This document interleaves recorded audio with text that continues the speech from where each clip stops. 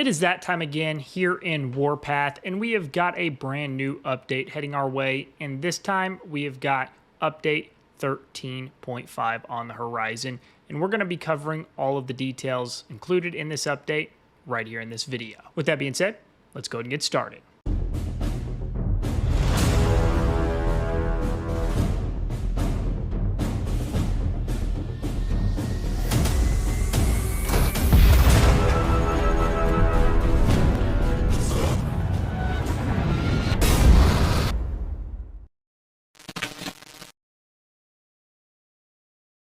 Welcome back, guys. I hope everybody is doing well. If this is your first time here at the channel, welcome. I'm thrilled to have you. If this is not your first time here, welcome back. I'm super happy that you are returning. In this video, we're going to be breaking down everything heading our way with the 13.5 update. But before we do, if you like getting this kind of content and staying in the know on everything Warpath related, make sure you guys hit that like button and the subscribe button so you guys never miss a future upload. Now let's go ahead and jump into the patch notes. I'm going to be reading off of a separate screen here, and we're going to be covering everything heading our way. All right, so to kick it off, we've got our 5th anniversary here in Warpath, and with it is going to come a ton of in-game events, a ton of items that are up for grabs, both free and through paid channels. So there is going to be a lot happening in the month of March as this 13.5 update rolls out. Now, I am currently on the test server, and that has not been updated and included on this test server, so I'm going to make a dedicated video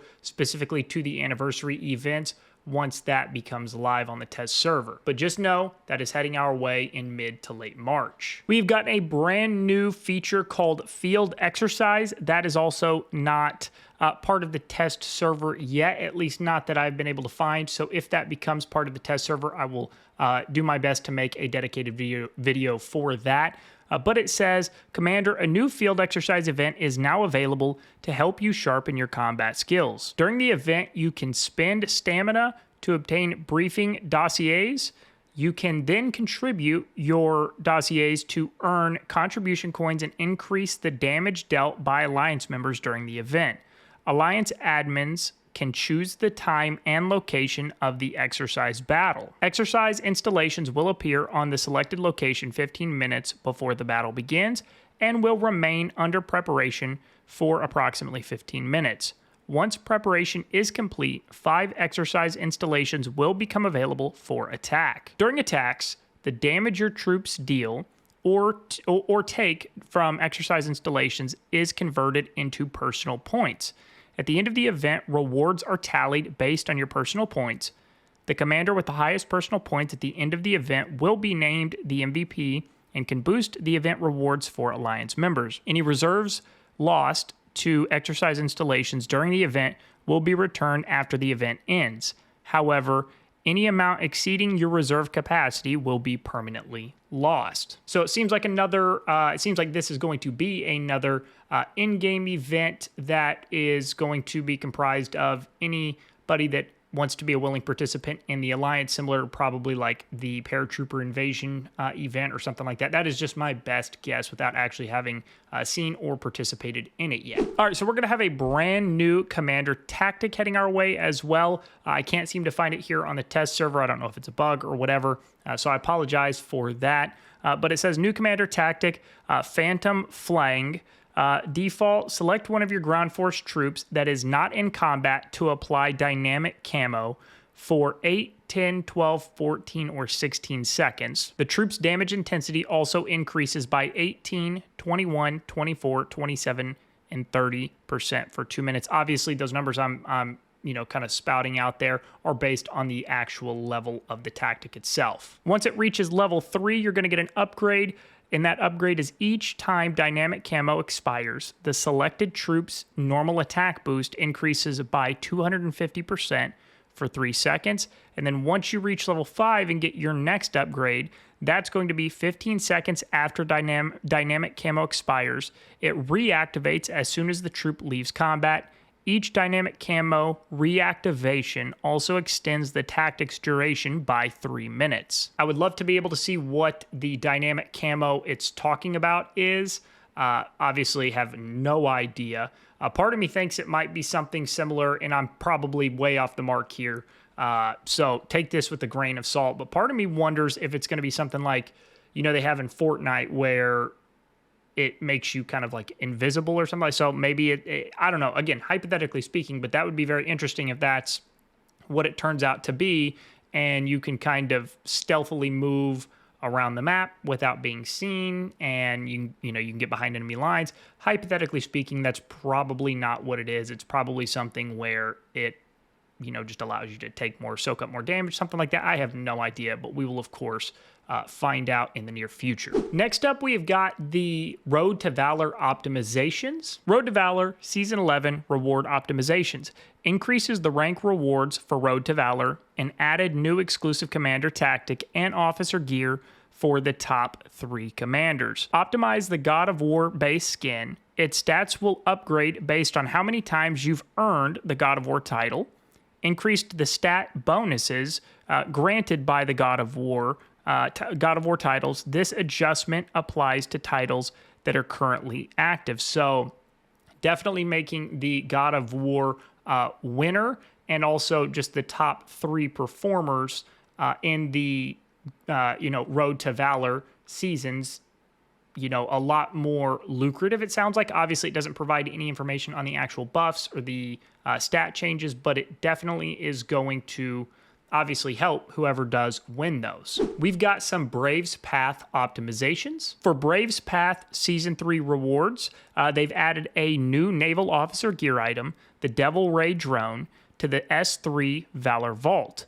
Once the Valor Vault opens, you can exchange for its gear pieces. We've also got some Glory server changes heading our way. They have now raised the approval free power cap for migrating to a Glory server from 300 million to 450 million. So that's going to open up a window of opportunity, I would say, for some free-to-play players at the very, very least. Now, 450 million for seasoned veteran players is not very likely. Even for free-to-play players, that's going to be kind of right there at the threshold. If you've invested any kind of, noticeable amount of money, you're going to have far exceeded if you've played for any length of time. 450 million power, so we'll see, what that ends up doing, if much of anything. There are going to be some combatant command changes as well. The combatant commands are going to now have honorary posts. The honorary post feature will be available on server 60 and above that have been open for 90 days, or for over 90 days. Each commander holding a city post may appoint up to 4 other commanders to serve in honorary posts for that position. Honorary posts grant the same buff as the corresponding city post. A commander cannot hold both a city post and an honorary post at the same time. As many of you know, if you are a newer player, you will not know this. From server 1 to server 59, there used to be a lot more cities, which granted a lot more titles to the players of that server, which gave alliances, a little bit of leverage in terms of recruiting players because they could offer out more good titles. From server 60 onward, they reduced the number of cities, which reduced the number of titles available. And the idea, I believe, behind that was by shrinking the number of cities and the number of titles, servers would come together and kind of all live under one main alliance, and they could handle out the titles, accordingly. That is not how that goes in Warpath. People do not just kind of get over their feelings when they get their feelings hurt, especially when there's early game drama and people continue to stay divided in servers all the time.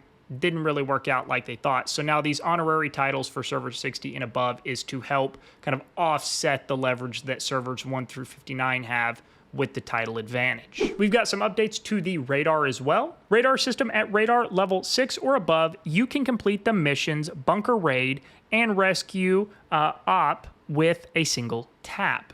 So we'll see how that goes. We are getting some changes to battle formations, so that is going to open up some more customization opportunities. Battle formations are just your preset unit and officer setups that you were able to save. Up to this point, we've just had our standard 5, and now it looks like with the gold that you're going to be able to spend to unlock additional slots, you're gonna have now, let's see, it says up to 10 additional slots. So you're gonna have 10 different customizable battle formations or presets that you can, you know, choose from and customize and do really anything you need or want with. So that's going to give players a little bit more flexibility and, you know, adaptability to whatever's going on in real time in their fight. So that'll be a nice quality of life add. We've also got a brand new Battlefield mode heading our way. It says Battlefield mode is now available, bringing you a more immersive combat experience.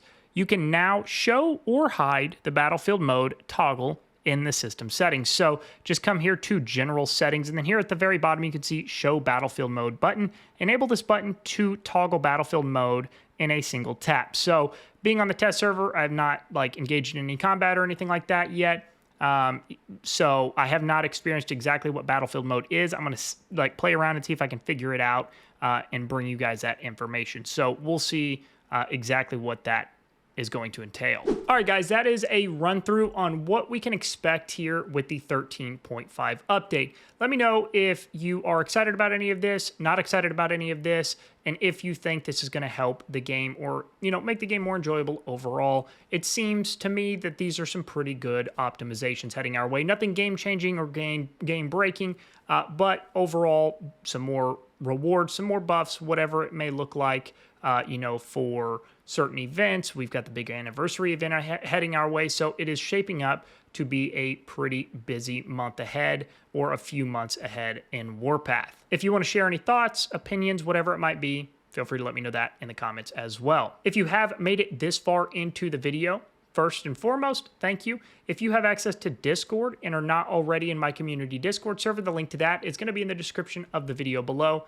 Click on that link. It will take you right into my community Discord server. Whether you are a new player, a veteran player, or just somebody that wants to continue this conversation or spark up any other conversation related to Warpath, you are absolutely free to join. Everybody is welcome. As always, I appreciate you taking the time to watch this video. And if you're in the mood to watch any more videos from the channel, wait till the end screen pops up. There's going to be another video right there for you. I look forward to seeing you on the next video.